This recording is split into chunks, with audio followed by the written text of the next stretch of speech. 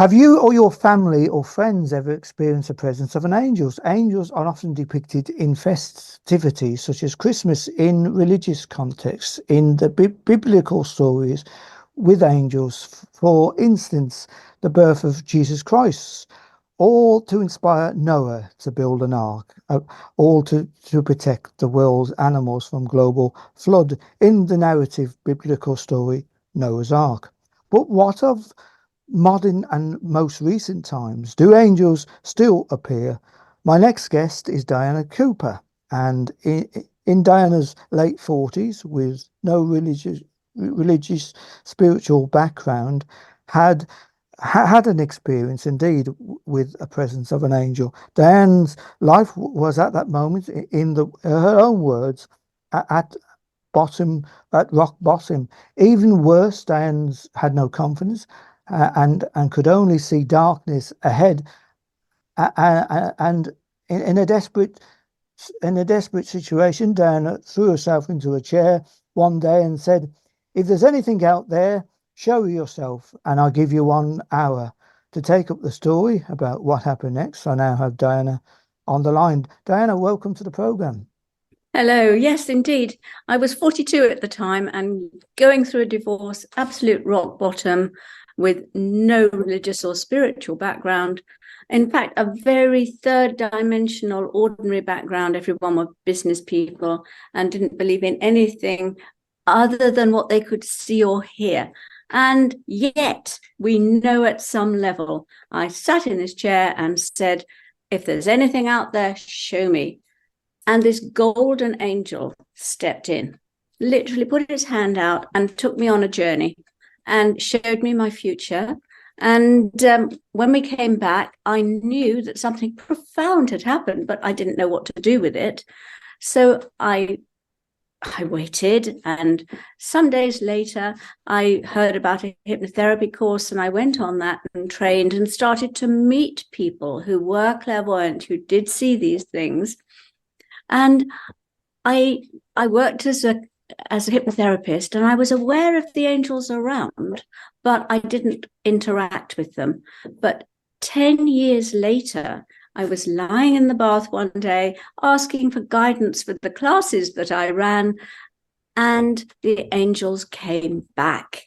And this time they said, "We want you to tell people about angels." And I said, "No way. There's no way I want to do that. People will think I'm crazy." And well, this is the thing. I was going to say, well, when you talk about these sort of things, because I've got a personal interest in this, because my late mother and father and my brother, who I just lost this year, sadly, all had experiences with angels, but none of them had spoken in the sense that you would hear them.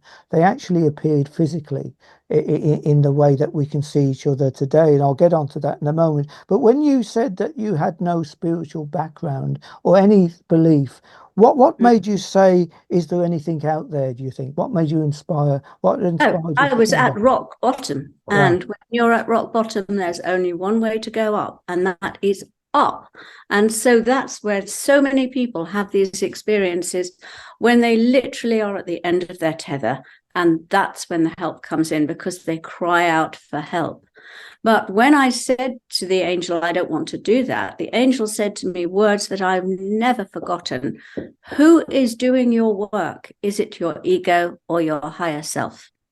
And I then got out of the bath, put a towel around me, sat on the bed, and 3 angels came in and they stood in front of me, and they gave me all sorts of information about angels, which became my first angel book.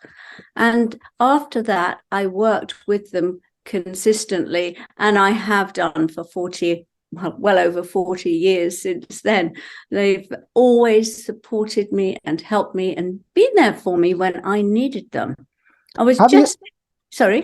I was going to say, have you actually had anyone, or even yourself, I mean, when you talk about angels, have you ever had any of them or anyone share with you that they've actually seen them as we are now looking at each other on this Zoom link, as a physical entity? Absolutely. Yes, as you probably know, I've written many books, 34 books. Many of them are about angels. They all include angels because they are a part of my life. And I've collected many, many stories over the years. In fact, I remember my hospital story. I was in hospital over Christmas. This was a few years ago. And they brought me a blood transfusion at midnight. And I thought, oh my goodness, I'm going to be exhausted. I've got to sit up and give thanks for this blood and bless it. And there was this whooshing sound, and this huge, pure white angel came in. It was Archangel Gabriel. And he sat at my bedside and he said to me, don't worry, you go to sleep. I'll bless the blood. And I just went to sleep. I trusted him totally. When I woke up in the morning, he was still sitting there by my bedside. And I was just so grateful. And I've had many experiences like that when the angels have come in and really, really helped. Has anyone that's when they come in. Yeah. Has anyone else experienced these things that you speak of? I mean, obviously, my personal experience myself have never experienced it, but my family have. So, have anyone that might come to your classes experienced such events? Yeah, loads and loads and loads of people. They're happening all the time, and increasingly because the frequency of the planet is rising, people's own personal vibration is rising, and that means they are closer to the angelic realms, and so the angels can connect with them more easily. And of course, we have to ask, because angels can't interfere with your karma. They can't interfere with your soul decisions. So you must ask them for help. Well, when everybody, everybody talks sometimes, or you hear very often the phrase guardian angels. Do you think everyone, many people might think, have I got a guardian angel? Has everybody got a guardian angel? Every single person has a guardian angel. Yeah. That's pointed to you. It stays with you throughout your soul journey. And even when you pass over, your angel will continue to be with you. It loves you unconditionally.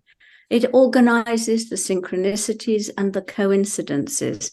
So you never meet somebody by chance. When you're ready, the right person will come in to help you. The right job will come. You will just see that advertisement in the paper that is just what you're looking for. That is coordinated by your guardian angel. They're always there. I knew somebody who's a teacher, and she told me, and it's such comfort, especially for children. She told me that she'd said to this little boy who was no good at anything at school, she said to him, your guardian angel loves you regardless. And he looked at her and he said, I have a guardian angel and it loves me. And she said, yes. He said, even though I can't do my maths. And she said, absolutely, your angel loves you. And that little boy, he was changed. He went off with a big smile on his face and he started to feel loved. And you say as well that you had no way of making a living at the time, in the sense that you were at a stage in your life where you couldn't really see how you're going to make ends meet, or and you got to that stage where you needed to really find something else, I suppose, and this coordination of angels who are guiding you think that had a lot to do with it? Absolutely. I think the whole thing was orchestrated. It was time for me to move away from the life I had led and start doing something new, and start doing something in service to people and the planet.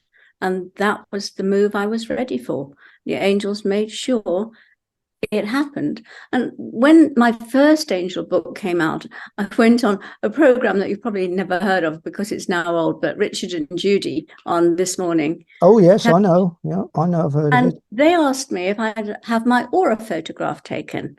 And I said, of course. And I mentally asked my guardian angel if it would step into the photograph, thinking that people would feel the energy.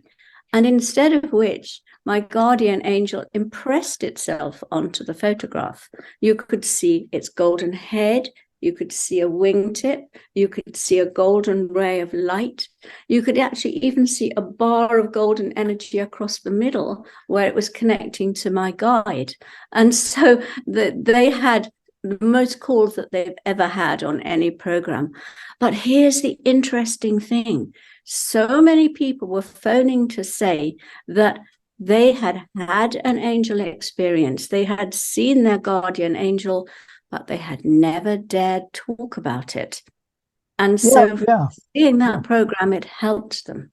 I mean, this is the thing, isn't it? Because, I think my mother, when she told the story, that my mother had seen an angel in the city centre of Birmingham, and he appeared. He was 7 foot, 6 foot tall, had golden hair, wore a beige coat, and she said that she could hear the footsteps walking along the pavement, and it was broad daylight, and nobody else could see it, but he was above all the people, and he passed her 3 times. And on the 3rd time, when she got onto the bus, he disappeared. And she told this story, and she'd only got left somewhere and said that basically, God send me a sign.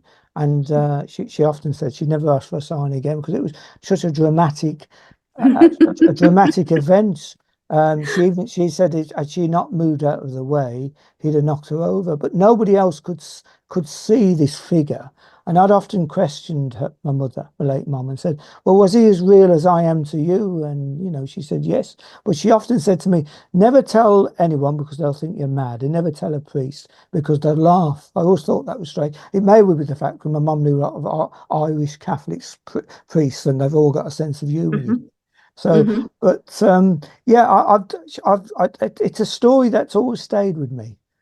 And it's never been. As I say, every single person has an angel, whether you can see them or sense them or not. And if you want to connect with them, they will often leave you a little sign. They might drop a little white feather and leave it somewhere where you wouldn't normally see one. And you think, whoa, my angel's been here. What's he drawing my attention to? Or they may be just saying, we love you. We're here near you. It's a reminder. Have you ever been able, when you say you've managed to communicate with angels, have you had a conversation with them like we are now, or does it work all the time? way? Yeah. And I mean, this is something that we were, the team and I were talking about this morning. I just wanted to ask you. I mean, are there questions you can ask, or are there questions that you're not allowed to ask? I mean, for example, can you ask about the afterlife and what it's like, or is that something? You can ask anything. But what they don't like you to ask generally and won't answer is, when will I die? No, well, I don't think anybody wants to know that. They don't like to answer that question. But mostly they will answer anything. I mean, I always ask, please tell me if it's for my highest good. And if you ask that, or under grace, if you ask that, then they are free to give you a response that's right for you. And the most important thing, I suppose, as you say, is to connect with this higher spirituality. I think you mentioned somewhere about classes. What do you do at your classes, and how do you encourage people to actually? Oh, well, I haven't done those for many, many years. I now just do online things. My next one is about connecting with your guardian angel. I haven't done that for about 7 years. But the frequency's risen, more people are ready now. So that's what I'm doing next in January. And there are many, many ways. Now, when the angels first came to me, they said, this is how a lot of people can connect. They said, rub your hands together. Now, that's to energize them. The angels work on a golden ray. So breathe golden energy into your aura. So just feel golden light all around you. You can bring your energy hands down and just feel that golden light surrounding you with angelic energy. And then ask your angel to touch you, or give you a perfume, or just a feeling. And they will. And if you are ready, then you will know that your guardian angel is with you. People are often surprised at what they do feel. I had a question from our producer who said that his late sister used to have a certain perfume that she always wore, and when she passed on, some months or I don't know when it might have been, but it's not in relation to angels, but he could smell her fragrance. Mm. Well, then her spirit was there. She'd come to see him, but she would have had her guardian angel with her. You can't travel in spirit without an angel. And so people come with their angels. I've written several books about orbs. Now, an orb is the light body, the sixth dimensional light body of an angel captured on a camera screen. And so there's some of them are absolutely awesome. But you see guardian angels bringing their charges to loved ones. And sometimes they can even recognize them inside the orb and see it on the camera. They come to say hello. Yeah. And never lose anybody.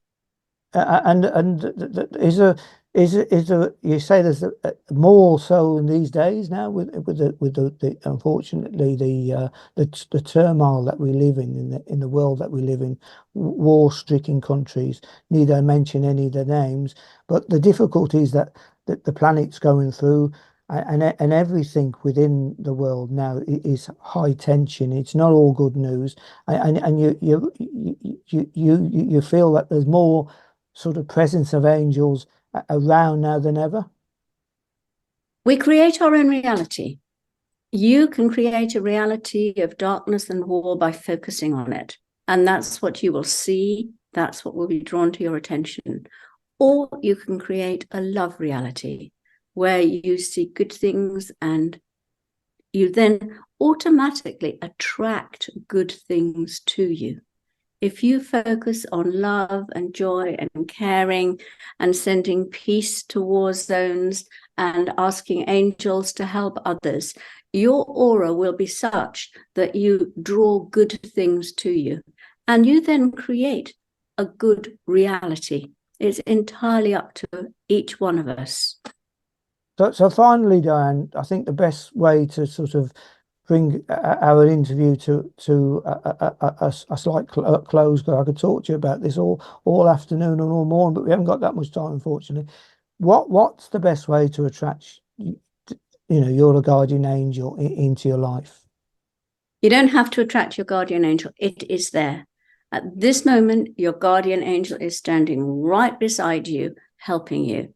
It might go to the wall, for example, if it wasn't, if you were completely comfortable and relaxed. Usually it is absolutely with you. They will sometimes leave you. I remember when my granddaughter was born, was at a meeting. I went out, I got the text to say she'd been born. I came back to the room and my guardian angel wasn't there waiting for me. And then it came whooshing in. And I said, well, where have you been? And he said, I've been taking your love to the baby. And so it was on a little mission, and that's why it had left. But normally they are right with you. Everyone has one. You can ask your guardian angel to help. And if your soul agrees, they will do so. And what's your latest book about the guardian? My latest book is called The Golden Future. Yeah. And it's about the future that we are creating on Earth and that will happen, the fifth dimensional energy, and how we can bring it about even more quickly. It will inevitably happen. And then everybody will be in connection with their guardian angels and see them around them all the time to help them. Well, thank you ever so much for coming on to the program. That was Diana Cooper talking to me about her experiences with guardian angels here in the UK and everywhere.